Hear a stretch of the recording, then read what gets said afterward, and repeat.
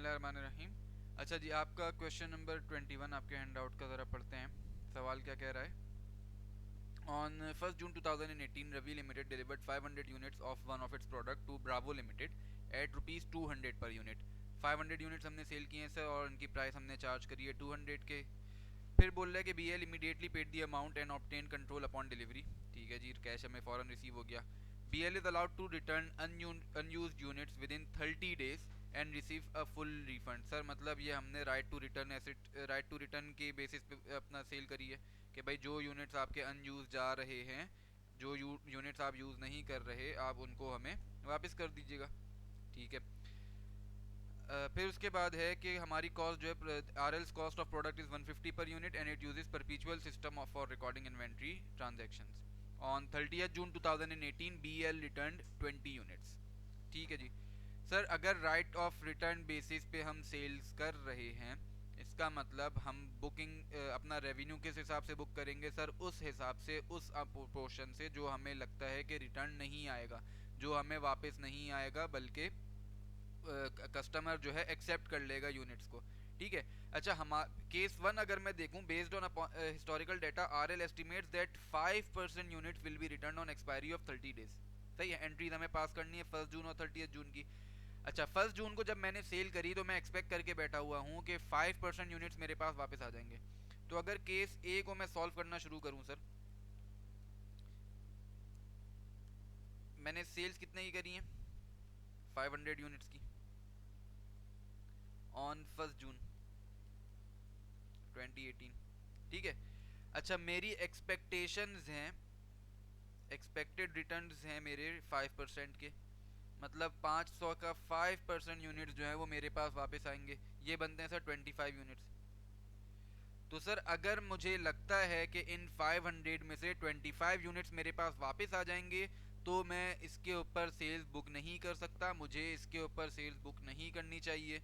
तो देयरफॉर मैं एंट्री क्या पास कर रहा हूँ? 1 जून 2018 को मैं एंट्री पास करूंगा कैश डेबिट और सेल्स क्रेडिट। अच्छा सर, कैश तो मुझे रिसीव हुआ पूरा 500 यूनिट्स का, तो 500 मल्टीप्लाई बाय 200, 100,000 का तो मैंने कैश रिसीव किया था। अच्छा, लेकिन सेल्स कितने की बुक कर रहा हूँ मैं? ओनली 475 यूनिट्स की। 475 इंटू 200। क्यों? क्योंकि ये 475 यूनिट्स ये वो हैं जो मुझे पता है, जो मेरी एक्सपेक्टेशंस हैं कि अपना रेवेन्यू के तौर पे बुक हो जाएंगे, कस्टमर इनको रिफंड नहीं कर रहा होगा। तो देयरफॉर 475 यूनिट्स की एंट्री मैं सेल्स में पास करूंगा, ये बनता है मेरे पास 95,000। अच्छा सर, अब इन दोनों के दरमियान जो डिफरेंस है इसका क्या? यहाँ पे सर आएगी रिफंड लायबिलिटी।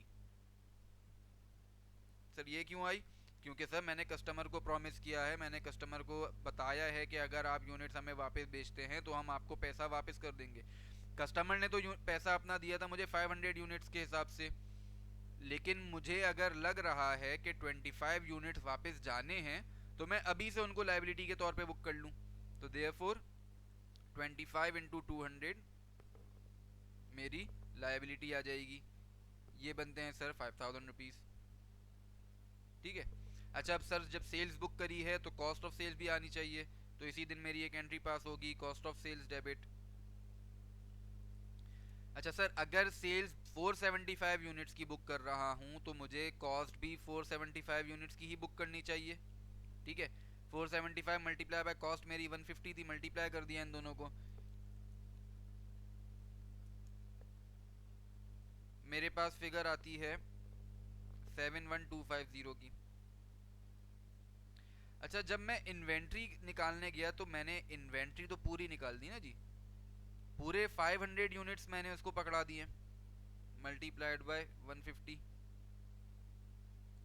कस्टमर को मैं ये तमाम 500 यूनिट्स दे चुका हूँ, तो कॉस्ट ऑफ सेल्स 475 की क्यों बुक करी? क्योंकि सेल्स मेरी 475 की थी। सेल्स 475 की क्यों थी? क्योंकि मेरी एक्सपेक्टेशन थी 5% यूनिट्स वापस आने की, तो कॉस्ट तो मुझे 475 की बुक करनी चाहिए थी। इन्वेंट्री क्योंकि 500 यूनिट्स प्रोवाइड किए हैं मैंने कस्टमर को, तो 500 यूनिट्स उसको दे दिए मैंने, जिसकी वजह से मेरी कॉस्ट बन के आती है 75,000 की। अच्छा, अब ये बीच का जो डिफरेंस आ रहा है इन दोनों का, इसका क्या सर? ये हमारा बुक होगा right of return asset, sir हमारा एक एसेट के तौर पे बुक कर लिया जाएगा राइट ऑफ रिटर्न के, क्योंकि हमें लग रहा है कि 25 यूनिट्स आएंगे वापस, तो ये हमारे लिए एसेट बन जाएगा। तो देयर फोर इन दोनों की डिफरेंशियल अमाउंट जो कि बनती है 3750, ये मेरा राइट ऑफ रिटर्न एसेट के तौर पे क्रिएट हो जाएगा। ठीक है जी।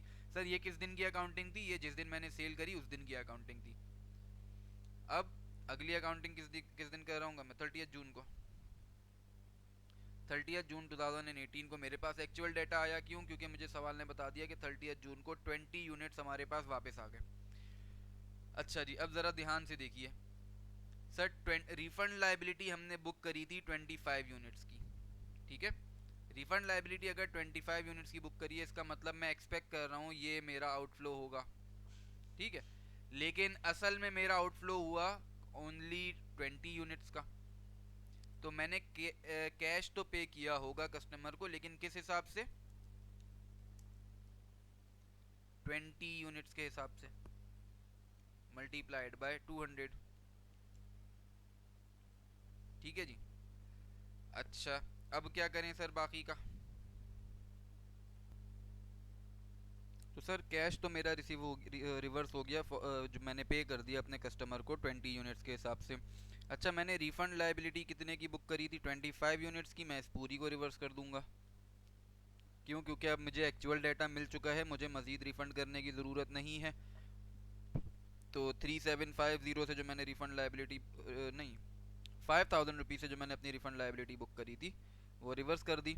अच्छा, इन दोनों के डिफरेंस का क्या करें? सर इन दोनों का डिफरेंस रेवेन्यू के तौर पे ट्रीट कर लिया जाएगा। क्यों? क्योंकि अब जो 5 यूनिट्स मैं एक्सपेक्ट कर रहा था, ये 5 यूनिट्स कस्टमर ने एक्सेप्ट कर लिए, मेरे पास नहीं है। अगर उसने एक्सेप्ट कर लिए हैं तो this will become my revenue.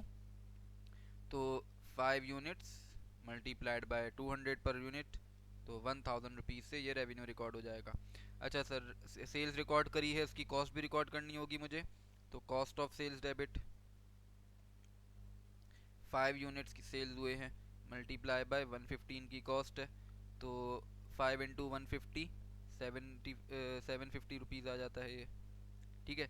अच्छा, इसके बाद और क्या करना है सर? मैंने एक राइट ऑफ रिटर्न बुक किया था, राइट ऑफ रिटर्न को रिवर्स कर देना चाहिए।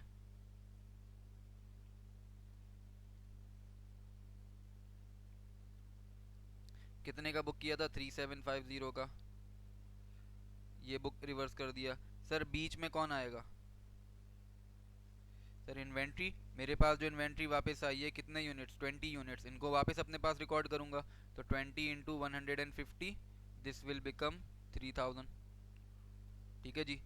अच्छा, तो सर इसमें काम की चीज़ जो आपने ध्यान में रखनी है वो क्या है कि आप सेल्स जितनी बुक करेंगे, कॉस्ट हमेशा उतनी ही बुक करेंगे, उसी की बुक करेंगे। जितने यूनिट सेल कर रहे हैं, कॉस्ट ऑफ सेल्स भी सिर्फ और सिर्फ उन्हीं यूनिट्स की रिकॉर्ड करी जाएगी।